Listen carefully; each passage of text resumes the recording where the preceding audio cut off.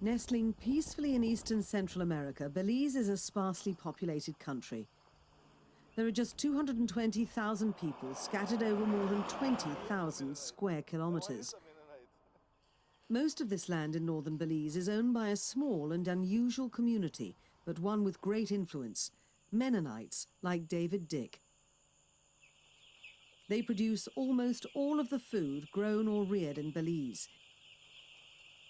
Traditionally involved in agriculture, Mennonites now provide vegetables, dairy products and poultry for the entire population, often using modern techniques.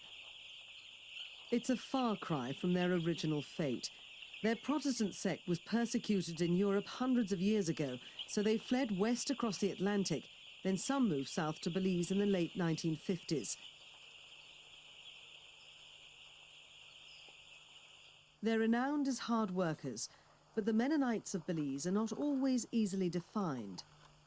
David Dick represents the more progressive side. He accepts modern practices, especially regarding business. For one thing, he drives a pickup truck to work every day. David also uses other modern conveniences, including an aircraft for crossing the often difficult terrain in Belize. He accepts that time changes things and has adapted to modern technology through necessity more than anything else. He believes that other Mennonites should follow his lead. I think it's time for them to do that too, because the world is changing the last 10, 20 years so much. I don't think they can continue with their old tradition. I think they need to make some changes. The more traditional Mennonites live and work mostly in the town of Spanish Lookout, using horse-drawn carriages to get around. They're also distinguished by speaking a German dialect that's hundreds of years old. The sights and sounds of the community seem incongruous in Latin America. Old-fashioned clothes are worn by everyone here, the girls and women in print dresses and bonnets, and the men wearing blue denim and straw hats. These Mennonites have their own schools, churches and financial institutions. They forbid smoking, drinking, dancing and marriage outside the religion. It's not an approach that always endears them to their compatriots. But the Mennonites own a lot of Belize and have proved a commercial success. Their dedicated work ethic has helped the country's development and economic growth.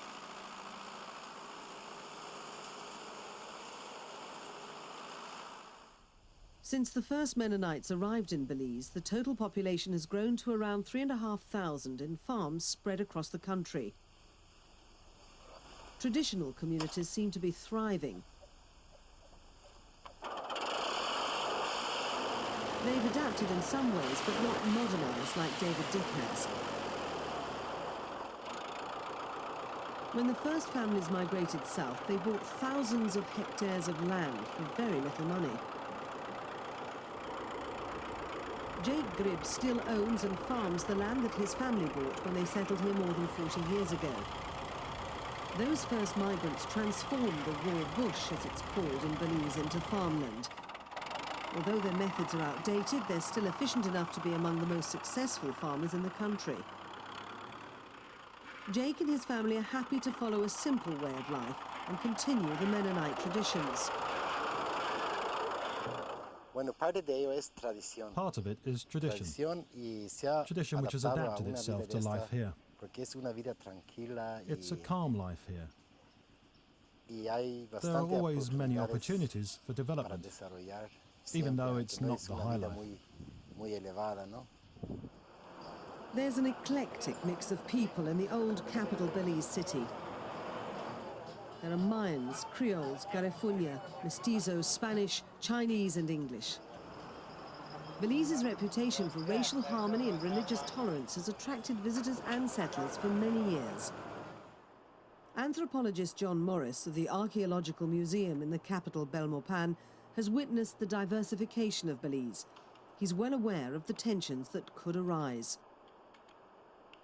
What I see happening in the future is as the demands for agricultural land and also for other areas of the country being developed, I see a tension arising between a traditional way of life and that of a modern way of life. Balancing the two is going to be difficult for the Maya inhabitants of this country. The jungle of southern Belize is where the first inhabitants settled more than 3,000 years ago, creating this sophisticated Mayan civilization. But the Mayans now make up only 8% of the population, and they've become very concerned about retaining their cultural identity. They complain of discrimination. Jose is the leader of the Toledo Maya Cultural Council in southern Belize. The people living here are believed to be the poorest and most neglected Mayan community in the country. Their lifestyle is simple: a thatched roof house, cooking over a fire pit, no running water. At the same time, like some Mennonites, they've tried to maintain traditions. Some Mayans live isolated in remote villages, and Jose keeps an eye on those families that need support. His biggest concern is what he sees as their continuing marginalization. Jose says this is because of the loss of traditional Mayan land and a lack of formal recognition of their culture. He fears Mayan traditions could be lost in the near future. It is imperative that the Maya people, particularly of Southern Belize, convince the government to recognize the traditional land tenure of the Maya people if the Maya people is to participate and be equal partners in the development of Belize. We recognize that this is not well taken, but it has to be done if we are going to ensure true development for the citizens of this country. Tourists generally visit Belize to see ancient Mayan ruins. What they don't always see is the mix of cultures and the apparently widening gap between them. People have to adapt, but it would be a pity if Belize lost its reputation for diversity and tolerance.